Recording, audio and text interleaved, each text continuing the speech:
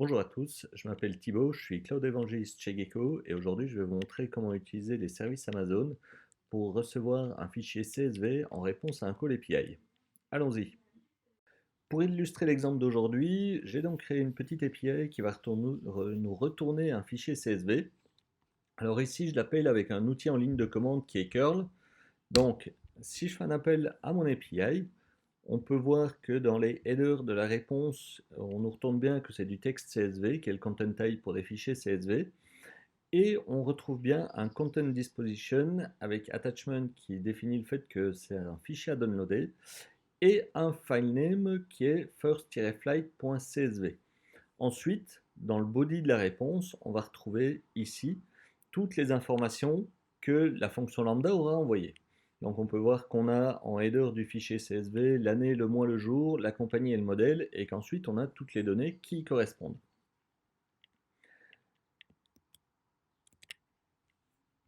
Et donc, si on se met dans le browser par définition, il fait un appel en get, et donc j'ai retapé la même URL que celle que j'avais en ligne de commande précédemment.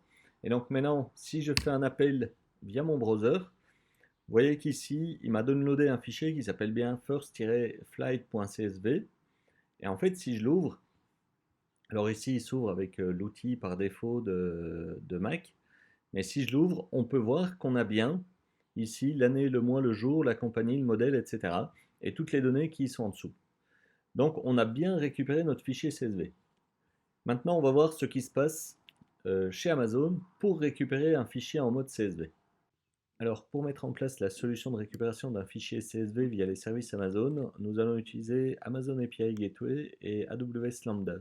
Ce sont deux services managés, donc vous n'avez pas à vous tracasser de la mise en place de serveurs, de la gestion des serveurs, de la scalabilité, etc. Tout est pris en charge par Amazon. Tout ce que vous avez à faire, c'est configurer les services et les utiliser. Amazon API Gateway est un service de proxy REST API qui va vous permettre de définir les API REST que vous souhaitez. Et AWS Lambda est un service de function on request, c'est-à-dire c'est un service qui va vous permettre de démarrer du code que vous aurez vous-même écrit, mais sans vous tracasser de la partie sous-jacente, de savoir sur quel serveur ça tourne, de savoir est-ce que le nombre de serveurs est là, etc. Donc c'est très utile, ça fait partie des services qui sont tagués serverless, donc sans serveur sous-jacent. Alors ce qu'on voit aujourd'hui, ce qu'on va faire, c'est on a notre client qui va faire un premier call sur Amazon API Gateway qui est un call HTTP. Amazon API Gateway va envoyer ce call à AWS Lambda pour lui demander de récupérer les données. Alors ici, on a fait une version assez simple, vous le verrez. On n'a aucune logique business. AWS Lambda pourrait se connecter à des bases de données, à des tables NoSQL comme DynamoDB ou DocumentDB pour récupérer les données, les mettre en forme et les renvoyer. Ici, c'est pas du tout le cas. J'ai des données qui sont statiques dans la fonction lambda et qui vont être envoyées automatiquement à chaque fois. Comme je travaille entre autres dans le domaine aéronautique, j'ai pris comme données les premiers vols de toute une série d'avions, aussi bien chez Airbus que chez Boeing. Donc voilà, une fois qu'AWS Lambda a fait la partie business logique qui va être propre à chacun, elle va renvoyer ces données à Amazon API Gateway qui, lui, va renvoyer les données au client. Alors, si on regarde ça d'un peu plus près, ce qui va se passer en fait, c'est qu'on a un premier get qui va être fait. Alors ça, c'est à vous à définir si c'est bien un get que vous voulez, mais dans l'option et dans la vue que l'on a, c'est de récupérer des données. Donc le get est sans doute la méthode la plus appropriée. Donc on a le client qui fait un get sur Amazon API Gateway. Amazon API Gateway, lui, va faire un post sur AWS Lambda. Euh, D'un point de vue utilisation Amazon, c'est assez transparent ce post-là. On se rend compte qu'il existe au moment où on va écrire le CloudFormation, donc le code infrastructure as code pour le déployer. On voit bien que c'est un post, mais c'est assez transparent.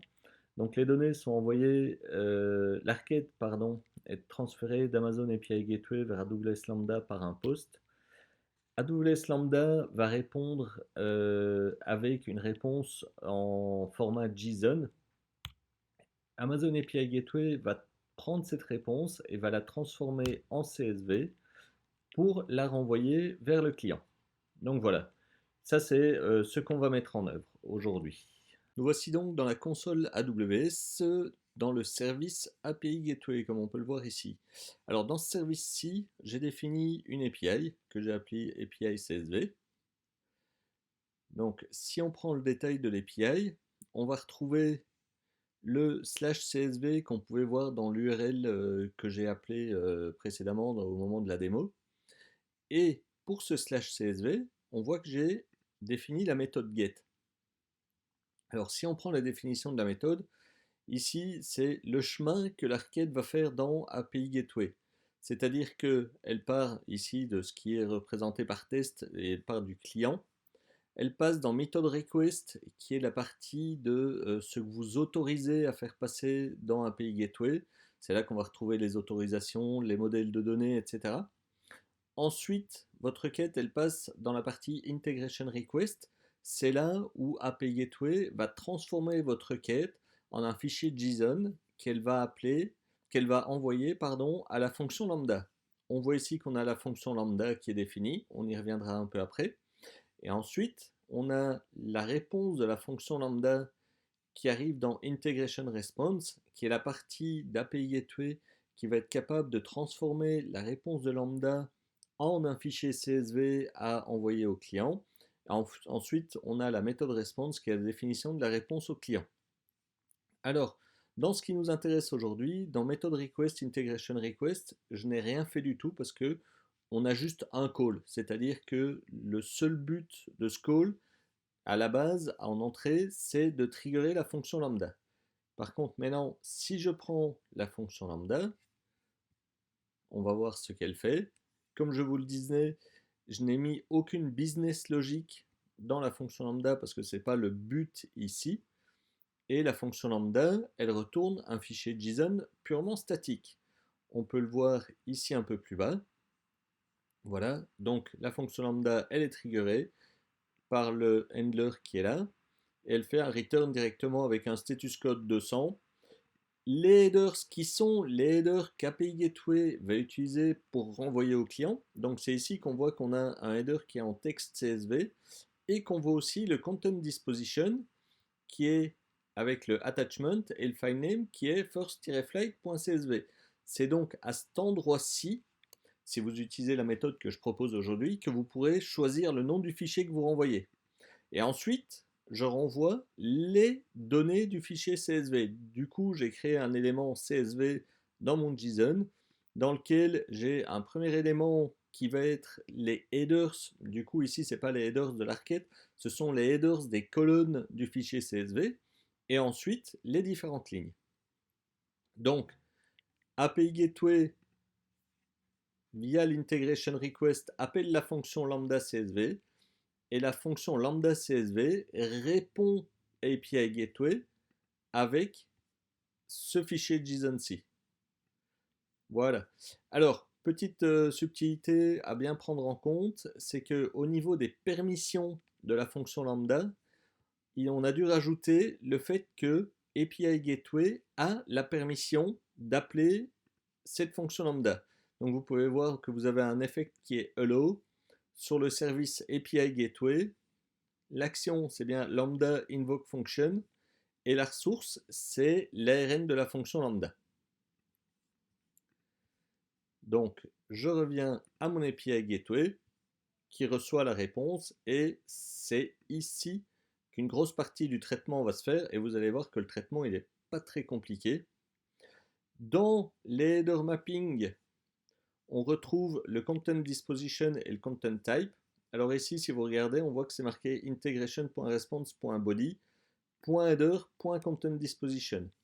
C'est tout simplement le fait que le header ici, content disposition, va aller rechercher sa réponse dans le body de la réponse de la fonction lambda.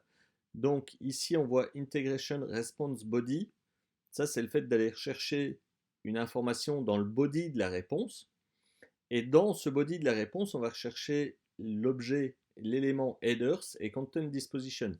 Si je reviens à ma fonction lambda, on peut voir que pardon, là on est au niveau des permissions. Si je reviens à ma fonction lambda, on peut voir que le body c'est bien tout ça et qu'on est bien au niveau du headers et content disposition et content type. Donc ça correspond bien à ce qu'on a mis ici. Ensuite, on doit faire du mapping template. Alors le content type ici, c'est bien en texte CSV qu'on l'a.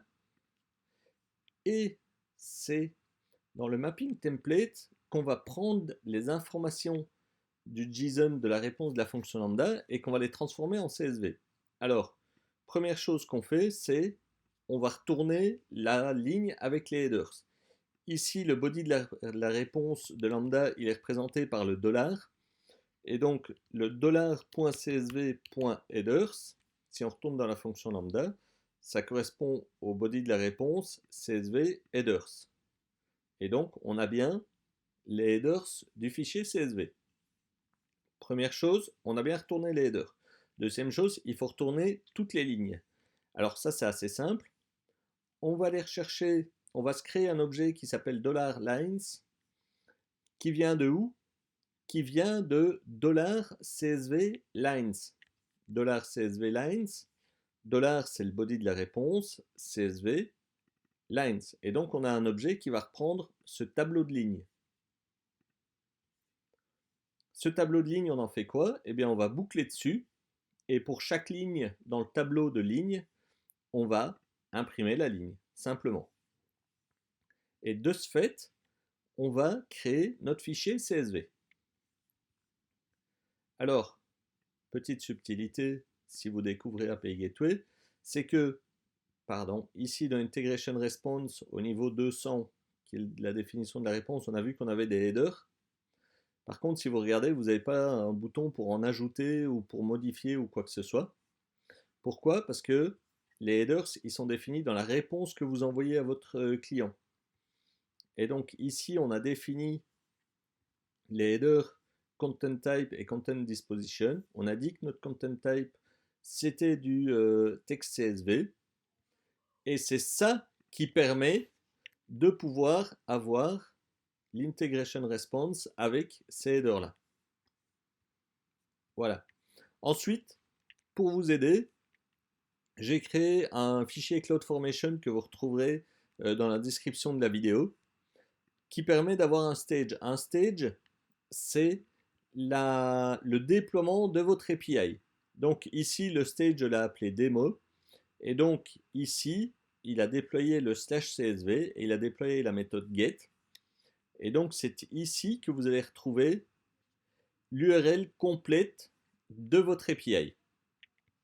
Et donc c'est bien la même chose que tantôt. Si je viens dans mon browser, je copy-paste l'URL de mon API et j'ai bien un first-flight.